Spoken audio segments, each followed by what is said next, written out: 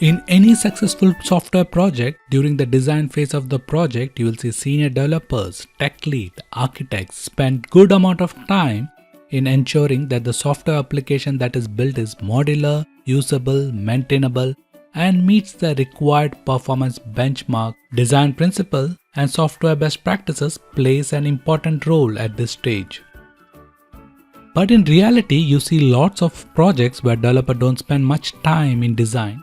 And you see these developers coming up with messy code which has developed without much thinking and thought process. And there is no application design principles, software design practices, or design patterns applied.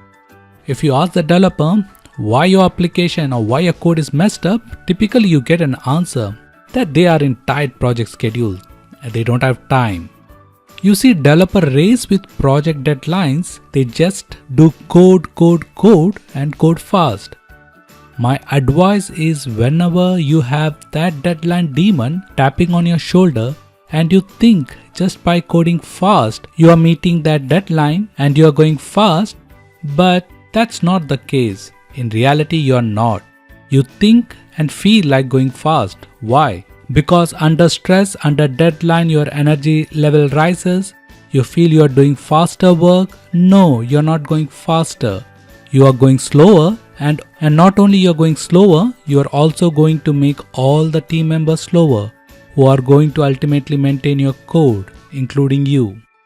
Don't let that little demon change your behavior or force you to rush. Nothing good comes from rushing software. Spend good time in design before you hit that keyboard. There's an interesting historic story about Eganes Samuelabis. He's the man who figured out dirty hands cause infection. Initially, he didn't know why, but as a surgeon who had dirty hands operated on people caused the people to die from infection, and he found that if surgeons just washed their hand, then the mortality rate would come down to 90%. It was a remarkable discovery, which initially no doctor paid attention to because they said, look, doctors are busy. We don't have time to wash hands. It took around 60 years to pass that law. And as they say, rest is history. Now you see doctors washing hands after every checkup and they know the benefit it brings. So it's very important that don't say you're busy. Don't just do coding without spending good amount of time in initial design.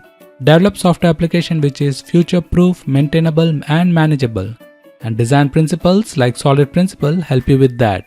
So try to incorporate what you have learned in this course and see how it makes the difference and how you stand out to be a better developer. Thank you for joining me in this course. Let me know if you have any questions.